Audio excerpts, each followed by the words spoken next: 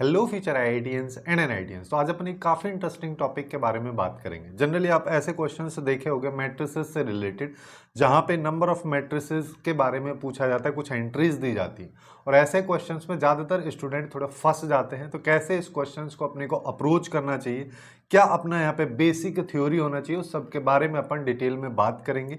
तो एकदम बेसिक से हम स्टार्ट करते हैं। सबसे पहले नंबर ऑफ एंट्रीज के बारे में बात कर लेते हैं। होपफुली ये सबको पता होगा कि अगर मान लो मेरे पास में कोई भी एक ए मैट्रिक्स है जो कि m क्रॉस n ऑर्डर की है, जैसे कि 3 क्रॉस 3 का हो गया, 2 क्रॉस 2 का हो गया, ये तो स्क्वायर मैट्रिसेस होगी। इसके अलावा नॉन स्क्वायर मैट्रिसेस 1 क्रॉस 2 का हो गया, जिससे इसमें यहाँ पे आ जाएगा, एक एलिमेंट यहाँ पे आएगा, एक यहाँ पे आएगा। अब टोटल नंबर ऑफ एलिमेंट्स की अगर यहाँ पे अपने को बात करनी हो तो m n को मल्टीप्लाई अपन यहाँ पे कर देते हैं। जैसे कि यहाँ पे इन दोनों को करेंगे तो 9 हो जाएगा। काउंट करके भी देख सकते हैं, 3 यहाँ पे, 3 3 3 9 हो गया। ऐसे ही यहाँ पे टोटल 4 है और 2 क्रॉस 2 को मल्टीप्लाई भी करोगे तो भी 4 आ रहा है, 1 क्रॉस 2 को मल्टीप्लाई करोगे 2 आ रहा है और यहाँ पे काउंट करके भी देखोगे तो 2 ही अपने पास में आ रहा है। अब इसके अलावा थोड़ा सा और कंसेप्ट अपन देख लेते हैं। जैसे कि ट्रायंगुलर मैट्रिसेस की अगर अपन बात करें तो दो तरीके की ट्रायंगुलर मैट्रिसेस होती है। बेसिकली ये स्क्वायर मैट्रिसेस के ही सब टॉपिक्स हैं, पार्ट हैं, जहां पे एक अपर ट्रायंगुलर मैट्रिक्स होती है जिसमें ट्रायंगुलर जो है अपर साइड में बनता है और एक लोअर ट्रायंगुलर होती है जिसमें ट्रायंगल लोअर साइड में बनता है। यहाँ पे होता क्या है कि ये मैं सब क्यों बता रहा हूँ, इसके पीछे मेन रीजन ये, कभी कभी ऐसा बोल दे यहाँ पे कि 5 क्रॉस 5 का अपने पास में स्क्वायर ट्रायंगुलर मैट्रिक्स है तो उसमें मिनिमम नंबर ऑफ जीरोज कितनी होंगी, क्या पॉसिबिलिटीज है, उसको अपन डायरेक्टली भी याद रख सकते हैं। सॉरी, यहाँ पे कि अगर अपने पास में दो ट्रायंगुलर मैट्रिसेस कोई सी भी बात कर रहा है, चाहे वो अपर हो या लोअर हो, तो वहां पे minimum number of zeros n into n minus 1/2 से अपन डायरेक्टली निकाल सकते हैं। वैसे इसके अलावा और भी बहुत सारे जीरोज हो सकते हैं, इस ट्रायंगल में भी जीरोज हो सकती हैं, बट मिनिमम इतने की अपने को रिक्वायरमेंट रहती है। वहीं पे अगर मैं बात करूं सिमेट्रिक मैट्रिक्स की, तो सिमेट्रिक मैट्रिक्स के बारे में सबको पता है कि अगर अपने पास में कोई भी एक मैट्रिक्स है, उसका ट्रांसपोज अगर करता हूं, उसके बावजूद भी दोनों मैट्रिसेस अगर बराबर रहती है तो उस मैट्रिक्स को अपन यहाँ पे सिमेट्रिक मैट्रिक्स बोलते हैं, जिसमें आई जे और ए जे आई दोनों बराबर होता है, जहां पे आई और जे बराबर नहीं है। जैसे कि यहाँ पे A12 और A21, ये दोनों की वैल्यूज बराबर होगी, जैसे ये वाला और ये, इन दोनों की वैल्यूज बराबर होगी। हालांकि A11 और A22 के बारे में कुछ इंफॉर्मेशन अपने पास में नहीं, और चाहो तो इसको वैसे भी देख लो। अगर मैं इसका ट्रांसपोज करूंगा तो यहाँ पे ये वाली रो को मैं कॉलम में लिख देता हूं और अगले वाली रो को भी फिर से कॉलम में लिख दूं, तो अपने पास में ए का ट्रांसपोज हो जाएगा। अभी भी वही के वही मैट्रिक्स लिखा हुआ है जो पहले लिखा हुआ था। अब यहां पे होता क्या है, इसमें कभी कभी ऐसे इस चीज के बारे में बात कर लेता है कि अपने पास में एक सिमेट्रिक मैट्रिक्स है, उसमें मिनिमम या maximum number of distinct entries कितनी हो सकती हैं। अगर वो मैट्रिक्स अपने पास में n ऑर्डर की है, यहां पे भी जब अपन n ले रहे थे तो n एक्चुअली में यहाँ पे ऑर्डर को रिप्रेजेंट कर रहा है। सिंस ट्रायंगुलर मैट्रिक्स जो है स्क्वायर मैट्रिक्स चाहे तो इसको n क्रॉस n बोल दो या फिर n ऑर्डर की बोल दो, बात एक ही होती है। वही चीज के बारे में अपन यहां पे भी बात करेंगे। यहां पे ऑर्डर n की अपने पास में एक स्क्वायर सिमेट्रिक मैट्रिक्स अगर है तो उसमें maximum number of distinct entries n into n plus 1/2 होती। अब आते हैं अपने मेन काम पे कि नंबर ऑफ मैट्रिसेस हम कैसे निकालें जब अपने को एंट्रीज दे रखी होती। तो इसके लिए थोड़ा सा थ्योरेटिकल कंसेप्ट में देख लेता हूं। हालांकि ऐसा कहीं पे जनरली स्पेसिफिकली बताया नहीं जाता है, बट मैं फिर भी यहां पे बता रहा हूं कि यहां पे अपने पास में 1 क्रॉस 1 का एक स्क्वायर मैट्रिक्स है ना। वैसे देख रहा है यहाँ पे कि स्क्वायर मैट्रिक्स है, जिसका मतलब ये क्या कहना चाह रहा है कि हमारे पास में एक मैट्रिक्स है जिसमें केवल और केवल एक एलिमेंट है। इस एलिमेंट को मैंने A11 बोल दिया, चाहो तो अल्फा बोल लो, उससे कोई फर्क नहीं पड़ रहा। अब इस A11 या अल्फा की जगह अपने पास में ये एंट्रीज दे रखे हैं कि 1 2 3 4 अगर मान लो मैं लूंगा तो मेरे पास में कितनी मैट्रिसेस बनेंगी। तो अपन बोल सकते हैं कि A11 की वैल्यू जब एक बार 1 लोगे तो अपन एक मैट्रिक्स लिख देंगे, दूसरी बार जब 2 लोगे तो ये लिख देंगे, तीसरी 3 लोगे तो अपन ये लिख देंगे, ऐसे ही 4 लोगे तो ये, टोटल ये कॉम्बिनेशंस बनेंगे। तो अपन यहाँ पे बोल सकते हैं टोटल नंबर ऑफ मैट्रिसेस हमारे पास में 4 बनेंगे।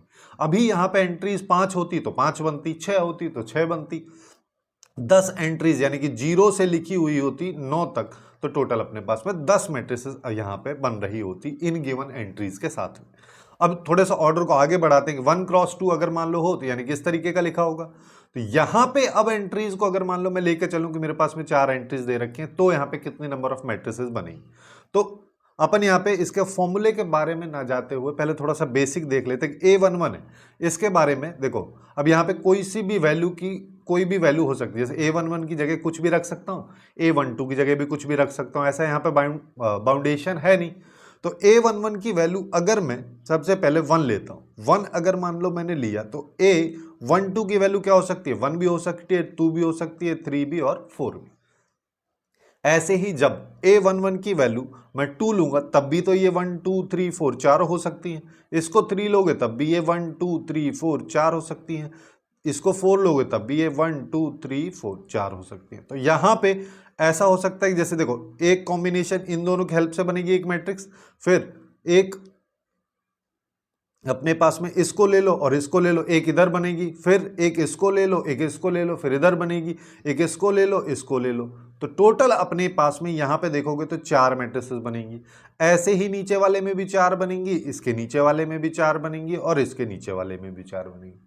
टोटल अपन सम करेंगे तो अपने पास में यहाँ पे आ जाएगा 16, कि इस केस में अपने पास टोटल नंबर ऑफ मैट्रिसेस जो बन के आएंगी वो 16 आएंगी।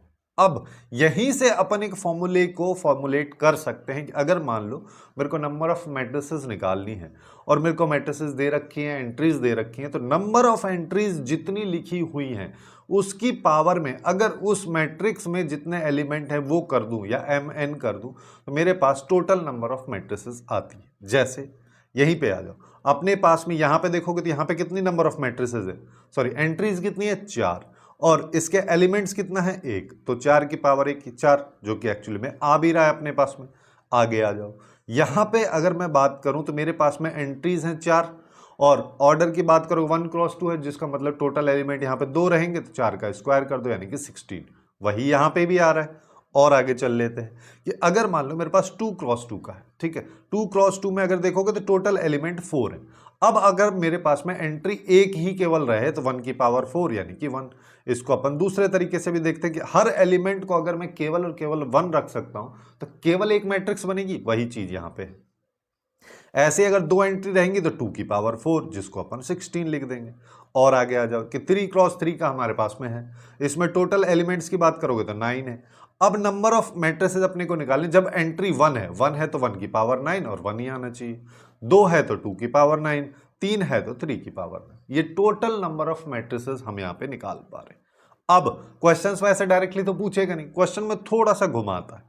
जैसे यहां पे पहले क्वेश्चन को देखो, यहां पे क्या कह रहा है कि हमारे पास में number of matrices, number of square matrices अपने को बतानी है जिसका ऑर्डर 5 है, यानी कि 5 क्रॉस 5, जहां पे एंट्रीज अपने पास में 0 और 1 है। और कुछ इस तरीके से ये एंट्रीज हैं कि किसी भी रो के सारे एलिमेंट्स का अगर मैं सम करूं तो 1 आता है, और किसी भी एलिमेंट्स के, किसी भी कॉलम के सभी एलिमेंट्स का सम करूं तो भी 1 आता है।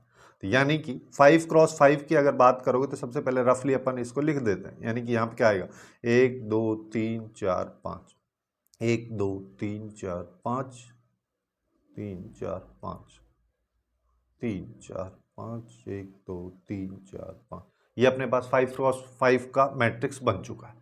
अब ये क्या कह रहा है कि यहाँ पे जैसे ये एक रो है, ये एक रो है, इस तरीके से टोटल 5 रो है।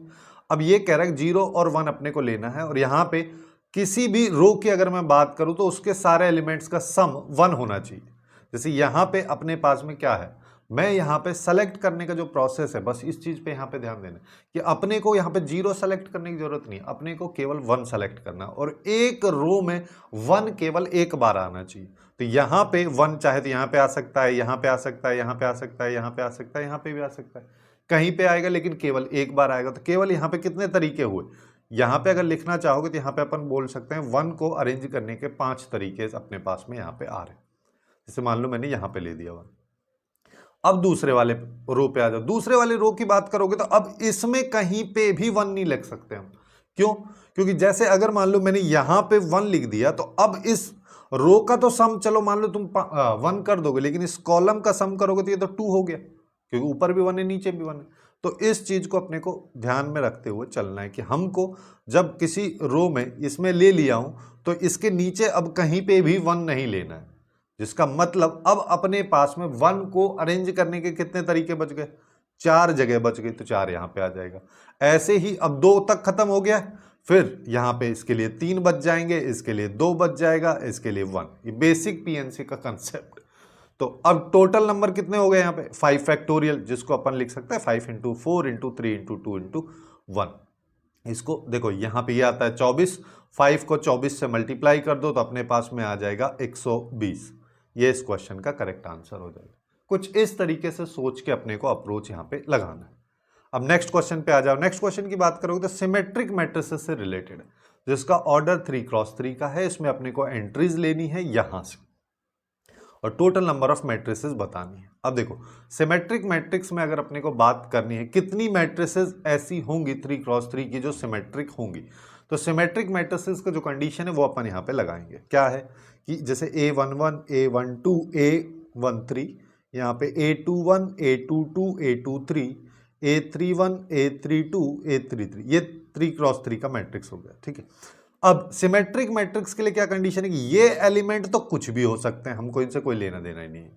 ठीक है, हमारा फोकस कहां पे है? हमारा फोकस केवल देखो ये वाला एलिमेंट और ये वाला एलिमेंट ये दोनों सेम होना चाहिए, ये वाला एलिमेंट ये वाला एलिमेंट सेम होना चाहिए, ये वाला एलिमेंट और ये वाला एलिमेंट सेम होना चाहिए। उसके अलावा बाकी कुछ भी हो हमें कोई फर्क नहीं पड़ता। अब देखो जैसा कि अपन वहां पे स्टार्टिंग में यहाँ पे देख रहे थे एक एक मैट्रिसेस को निकाल के, तो हम ऐसा बोल सकते हैं कि सिंस हमारे पास में 10 टोटल एंट्रीज हैं 0 से 9 तक, अब A11 जो है इसको हम कितने तरीके से अरेंज कर सकते हैं? 10 तरीके से। ठीक, कोई भी वैल्यू डाल सकते हैं और ऐसा कुछ है नहीं, यहाँ पे कोई रोक टोक है नहीं कि एक वैल्यू यहाँ पे ले ले तो आगे नहीं लेना है। ऐसे ही सेम चीज अपन यहाँ पे किसके लिए कर सकते हैं? चलो ये हो गया। A22 के लिए इसको भी 10 तरीके से, A33 के लिए इसको भी 10 तरीके से, और तीनों को मल्टीप्लाई अपन कर देंगे, क्योंकि यहाँ पे एंड वाला देखो पीएनसी में पढ़ते हैं ना कि एंड और वाला, जब भी एंड रहता है तो अपन मल्टीप्लाई करते हैं और प्लस करते हैं जब और रहता है, और में कि या तो ये हो जाए ये हो जाए, लेकिन ऐसा कोई कंडीशन यहाँ पे है ही नहीं। यहाँ पे तो ये भी है ये भी है एंड ये भी है एंड ये भी है, जिसका मतलब यहाँ पे तीनों को मल्टीप्लाई करेंगे तो 10 की पावर 3 आ जाएगा। सारे के सारे ऑप्शंस पावर में दे रखे हैं तो अपन इसको सिंप्लीफाई नहीं करेंगे। इसके बाद थोड़ा सा आगे आ जाओ कि A11 और A12 और A21 इसको अपन केवल एक ही नंबर लेंगे तो दोनों सेम होने के लिए दोनों को अपन 10 तरीके से अरेंज कर सकते हैं। ऐसे ही A13 और A31 इसको भी हम 10 तरीके से अरेंज कर सकते हैं। A23 और A31 इसको भी 10 तरीके से अरेंज कर सकते हैं, तो यहां से भी 10 की पावर 3 आ गया। ये भी एंड ये भी, तो टोटल 10 की पावर 6 अपने पास में अरेंजमेंट होंगे, या फिर टोटल नंबर ऑफ मैट्रिसेस जो होंगी जो कि सिमेट्रिक मैट्रिसेस होंगी वो हो जाएंगी 10 की पावर 6, जब अपने को 10 एंट्रीज दे रखी। यानी कि इस क्वेश्चन का करेक्ट आंसर अपने पास में बी निकल के आए। और थोड़ा सा आगे चलते हैं, एक ये थोड़ा सा अलग टाइप का क्वेश्चन है, थोड़ा काफी अच्छा क्वेश्चन है। ठीक है, यहाँ पे क्या बोल रहे हैं, हमारे पास में एक 3x3 का मैट्रिक्स है A। ठीक है, उसके लिए अपने पास में 4 एंट्रीज 0 1 2 3 दे रखी हैं, और कुछ इस तरीके से बोला है कि A और A के ट्रांसपोज को अगर मैं मल्टीप्लाई करता हूं तो उसके जो डायगोनल एंट्रीज हैं उन सब का सम 9 के बराबर आता है। अब यहाँ पे अपने को कुछ चीजें पता होनी चाहिए। जैसे अगर मान लो मैं A मैट्रिक्स को कुछ भी मान लेता हूँ कि ABCDEFGHI, ए और ए के ट्रांसपोज के मल्टीप्लीकेशन में अगर डायगोनल एलिमेंट्स की बात करते हैं तो ए के सारे एलिमेंट्स के स्क्वायर का सम होता है ना। अगर किसी को नहीं समझ में आ रहा है तो पहले ए का ट्रांसपोज निकालो तो क्या आ जाएगा, ABC, यहाँ पे आ जाएगा DEF, यहाँ पे आ जाएगा GHI। अब ए और ए के ट्रांसपोज को मैं मल्टीप्लाई कर दे रहा हूँ, केवल डायगोनल एलिमेंट पे फोकस रखता हूँ, यानी कि फर्स्ट रो को फर्स्ट कॉलम से अगर मल्टीप्लाई करोगे तो यहाँ पे आएगा A² plus B² plus C²। इसके बाद यहाँ पे कुछ आएगा, यहाँ पे कुछ आएगा, उससे अपने कोई लेना देना नहीं। अब सेकंड को अगर मैं सेकंड से मल्टीप्लाई करूंगा तो यहाँ पे आएगा D² plus E² plus F², यहाँ पे भी कुछ आएगा, यहाँ पे भी कुछ आएगा, उससे फिर से हमको कोई लेना देना नहीं। ऐसे थर्ड वाले में बात करोगे तो थर्ड रो को थर्ड कॉलम से तो G² plus H² plus I², ये अपने पास में आएगा। और क्वेश्चन के अकॉर्डिंग क्या कह रहा है कि A² plus B² plus C² plus D² plus E², F² GH और I सबके स्क्वायर की वैल्यू 9 इसने दे रखी। तो अब अपने को ABCDEFGHI की वैल्यू 0 से 0 1 2 3 4 में से अरेंज करनी। अब देखो इसको हम एक ग्रुप की तरह ट्रीट कर सकते हैं। सबसे पहला केस कि हम ना सबको 1 ले लेते हैं, सबको 1 लेंगे, टोटल नंबर ऑफ एलिमेंट्स यहाँ पे 9 है और सम हमको 9 चाहिए, तो सबको 1 1 1 1 ले लेंगे। जिससे अपने पास में केवल एक तरीका निकल के आए और एक मैट्रिसेस अपने पास में आएगी। अब यहाँ पे ऐसा नहीं कर सकते कि इसको 1 ले लिया, देखो यहाँ पे अगर मैं ए को 1 ले रहा हूँ, बी को 1 लेना पड़ेगा, सी को, डी को, सबको 1 लेना पड़ेगा, तभी जाके 9 आएगा और केवल एक तरीका अपने पास में आएगा। अब दूसरा तरीका क्या हो सकता है कि मैं यहाँ पे एक तो ले लेता हूँ 3, है ना, जिससे 9 हो गया। अब टोटल एंट्रीज अपने पास में 9 है, जिसमें से एक मैंने ले लिया, तो अब अपने पास में टोटल 8 बची, तो यहाँ पे अपने पास में आ जाएंगी 8 जीरोस। ठीक है, जो इंग्लिश में जो लिखा है ये एक्चुअली में बता रहा है कितनी वैल्यूज अपने को लेनी है, और ये जो लिखा है ये कौन सी वैल्यू हम सेलेक्ट कर रहे हैं उस सेट में से। ठीक है, यहाँ पे अब इसको जैसे ग्रुप से अपन करते हैं ना, 9 है जिसमें से अपने को एक लेना है और 8 लेना है।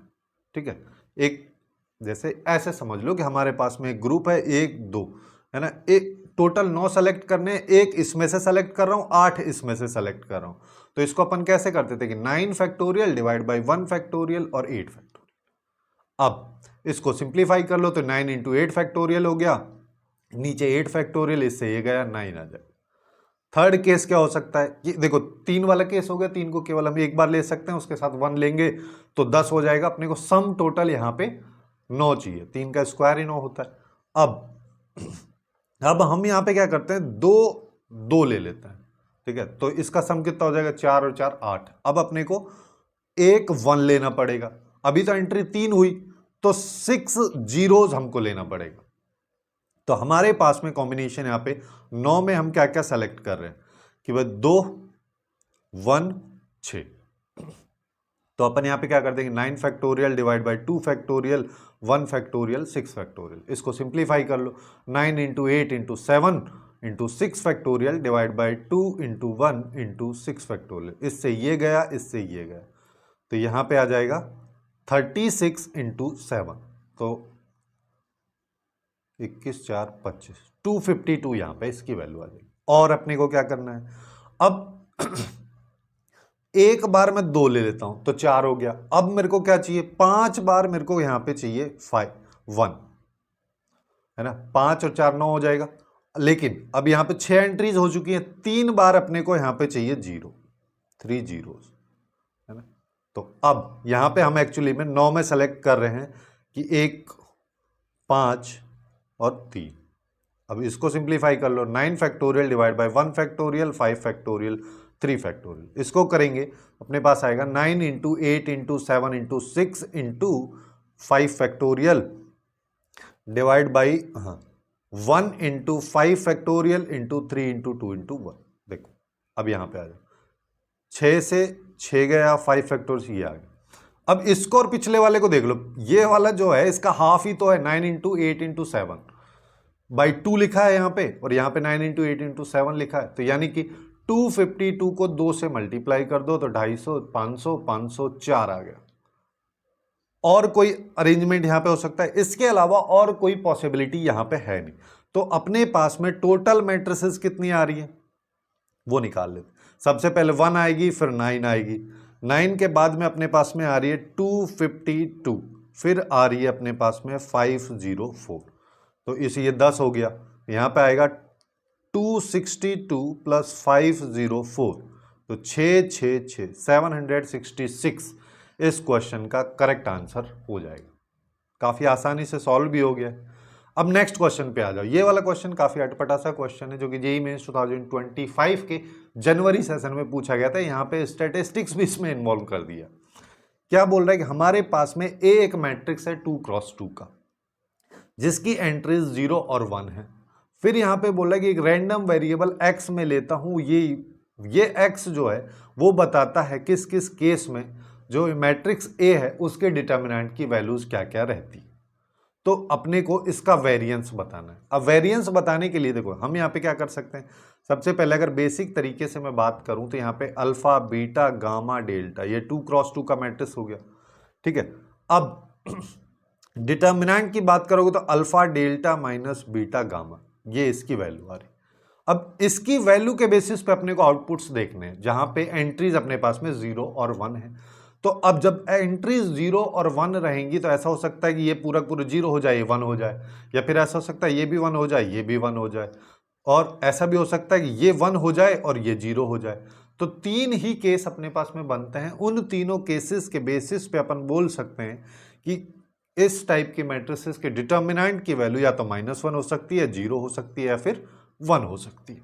अब एक चीज और अपन यहां पे कर लेते हैं कि टोटल नंबर ऑफ मैट्रिसेस यहां पे कितनी बनेगी, सिंस अपने पास में एंट्रीज 2 हैं और टोटल एलिमेंट्स यहां पे 4 हैं, तो 2 की पावर 4 यानी कि 16 अपने पास में टोटल ऐसी मैट्रिसेस होंगी जहां पे 0 और 1 की एंट्रीज को मैं डाल सकता हूं। अब नीचे वाली कंडीशन को अप्लाई करते हैं कि सबसे पहले ये x की ही वैल्यू को डिनोट कर रहा है, तो x की वैल्यू सबसे पहले मैं ले लेता हूं -1। ये -1 कब आएगा, इसके लिए ना देखो पीएनसी वगैरह ना लगाते हो, अपन बेसिक तरीके से चल लेते हैं कि अल्फा बीटा और यहां पे आ जाएगा गामा। देखो अल्फा डेल्टा को एक साथ ले लो और बीटा गामा को एक साथ ले लो, क्योंकि माइनस के पहले वाला और माइनस के बाद वाले को एक साथ ले लेते हैं। अब मेरे को अगर -1 चाहिए तो अल्फा डेल्टा इसकी वैल्यू मेरे को 0 चाहिए, तो 0 कैसे हो सकती है, दोनों 0 हो जाएं, एक 0 एक 1, एक 1 एक 0। ठीक है, लास्ट वाला मेरे को क्या चाहिए, 1 चाहिए। 1 चाहिए के लिए अपन यहां पे क्या कर सकते हैं, दोनों को 1 ले लो, दोनों को 1 ले लो, दोनों को 1, इसके अलावा और कोई पॉसिबिलिटी अपने पास में होगी नहीं। तो यहां पे अल्फा बीटा गामा डेल्टा की हेल्प से अपने पास ऐसी टोटल कितनी मैट्रिसेस बन रही, 3। ठीक है, अब जब x की वैल्यू 1 रहेगी, अब 1 कब रहेगी इसको भी देख लो, अल्फा यहां पे ले लेते हैं, डेल्टा यहां पे ले लेते हैं, बीटा और गामा। 1 होने के लिए अल्फा और डेल्टा जो है इसकी वैल्यू 1 चाहिए, अगले वाले की 0 चाहिए, यानी कि ये वाला जो पैटर्न था इसको उधर लगा दो।